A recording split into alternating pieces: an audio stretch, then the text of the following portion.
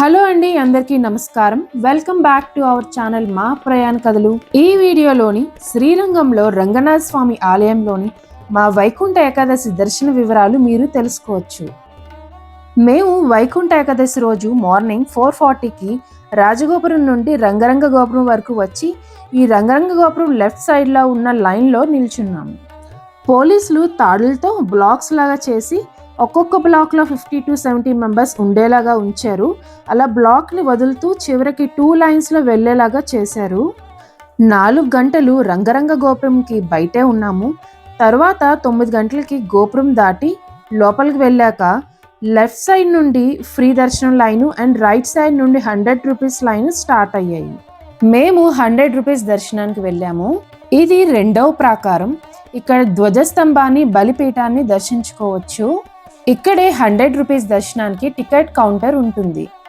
గర్భగుడికి ముందు free and 100 rupees lines కలిపేస్తారు. రంగనాథ స్వామిని చూడడానికి 2 కళ్ళు చాలవండి. పెద్ద విగ్రహం, ప్రతి హిందువు తప్పకుండా దర్శించుకోవాల్సిన దేవాలయం. వైకుంఠ ఏకాదశి రోజు రంగనాథ స్వామి వారి మూల విరాట్ను ముత్యాలతోనూ నంపెరుమాళని రత్నాలతోనూ అలంకరిస్తారు.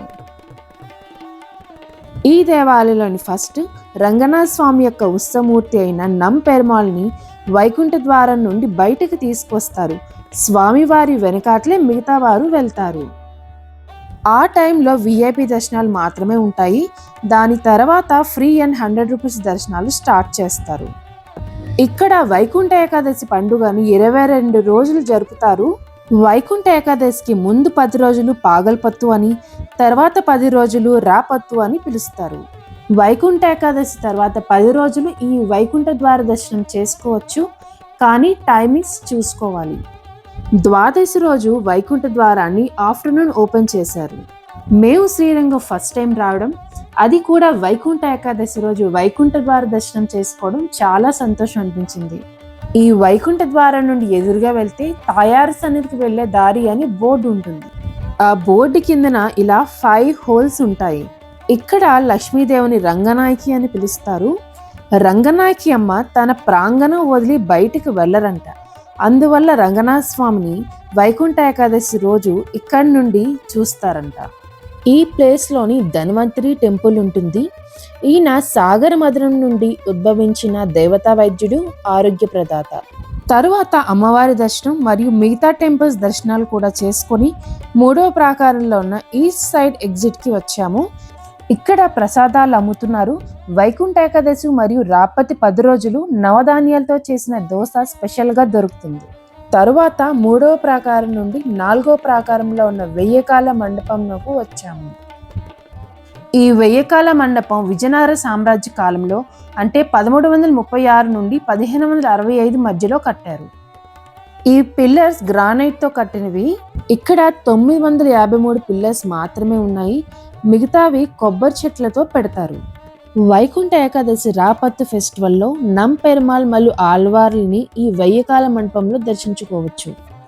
రంగనాథ స్వామి ఆలయ స్థల పురాణం ఏమిటంటే, బ్రహ్మదేవుడు విష్ణుమూర్తికి తపస్సు చేయగా ఆ తపస్సుకు మెచ్చిన మహావిష్ణువు తన విగ్రహాన్ని బ్రహ్మదేవుడికి ఆరాధించుకోవడానికి ఇస్తారు.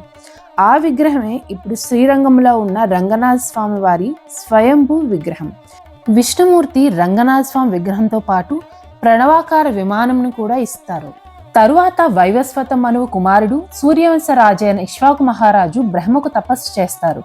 ఆ తపస్సుకు మెచ్చిన బ్రహ్మ తను ఆరాధించే శ్రీ రంగనాథ స్వామి విగ్రహాన్ని, విమానాన్ని ఇక్ష్వాకు మహారాజుకు ఇస్తారు. ఇక్ష్వాకు మహారాజు గారి వంశంలోనే శ్రీరామచంద్రుడు జన్మించారు. శ్రీరాముడు కూడా రంగనాథ స్వామిని ఆరాధించారు. శ్రీరామ పట్టాభిషేకానంతరం శ్రీరాముడు తనకు యుద్ధంలో సాయం చేసిన విభూషణుడికి శ్రీ రంగనాథ స్వామి విగ్రహాన్ని, ప్రణవాకార విమానాన్ని ఇస్తారు. అయితే వీటిని కింద పెట్టవద్దు అని చెప్తారు. విభీషణుడు అయోధ్య నుండి శ్రీలంకకు వెళ్తున్నప్పుడు కావేరీ నది వచ్చేసరికి సంధ్యావందన సమయం అవడంతో అక్కడే ఉన్న ఒక అబ్బాయికి శ్రీ రంగనాథ స్వామి విగ్రహాన్ని పట్టుకోమని చెప్పి సంధ్యావందనం చేయడానికి విభీషణుడు వెళ్తాడు. తరువాత ఆ అబ్బాయి విభీషణుడు ఎందుకీ రాకపోవడంతో రంగనాథ స్వామి విగ్రహాన్ని, విమానాన్ని కింద పెట్టేస్తాడు. విభీషణుడు వచ్చి రంగనాథ స్వామి విగ్రహాన్ని, విమానాన్ని పైకి ఎత్తడానికి ప్రయత్నిస్తారు, కానీ ఎత్తలేకపోతాడు. అప్పుడు శ్రీ రంగనాథ స్వామి ప్రత్యక్షమై, నేను ఇక్కడే ఉంటానని, రాత్రి వేళ నన్ను దర్శించుకోమని, నేను దక్షిణం వైపుగా ఉండి శ్రీలంకను ఇక్కడ నుండే చూస్తూ ఉంటానని చెప్తాడు. అక్కడ ఉన్న అబ్బాయి వినాయకుడు లేదా రంగనాథ స్వామి స్వయంగా వచ్చారని చెప్తుంటారు. మీరు ఇప్పుడు చూస్తున్నది 4వ ప్రాకారంలో ఉన్న శేషరాయ మండపం. ఈ మండపం వెయ్యకాల మండపానికి ఎదురుగా టెంపుల్ ఈస్ట్ గోపురం ఎంట్రన్స్ దగ్గర ఉంటుంది. ఈ శేషరాయ మండపం నాయకరాజుల కాలంలో కట్టారు.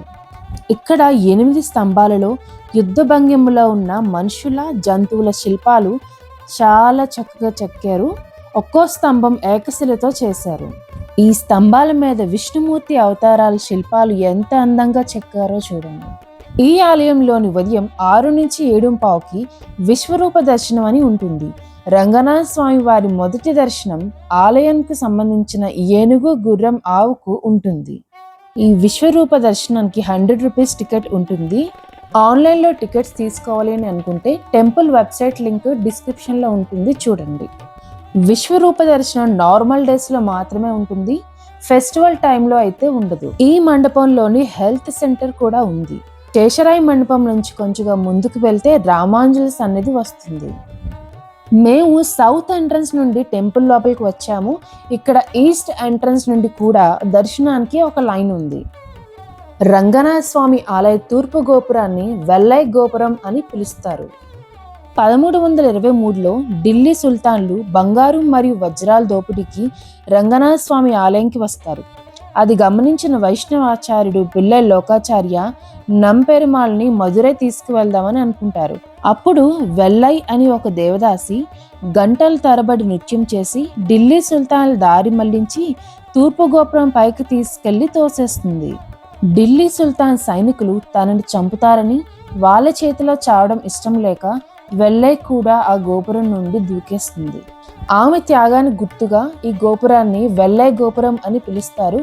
వెల్లై అంటే తమిళంలో తెలుపు అని అర్థం. అందుకే ఈ గోపురం ఎప్పుడూ తెలుపు రంగులో ఉంటుంది. ఢిల్లీ సుల్తాన్ చేసిన దండయాత్రలో నంపెరుమాల్ని రక్షించడానికి 13,000 మంది వైష్ణవులు చనిపోయారు. శ్రీరంగంలోని మా 3వ రోజు దర్శనం వైకుంఠ ఏకాదశితో పూర్తయింది. నెక్స్ట్ వీడియోలో శ్రీరంగంలో ఉన్న జంబుకేశ్వరాలయం మరియు తంజావూరు బృహదేశ్వరాలయం గురించి ఉంటుంది. ఈ వీడియో మీకు నచ్చినట్లయితే లైక్ చేయండి, షేర్ చేయండి and subscribe to my channel మా ప్రయాణ కథలు.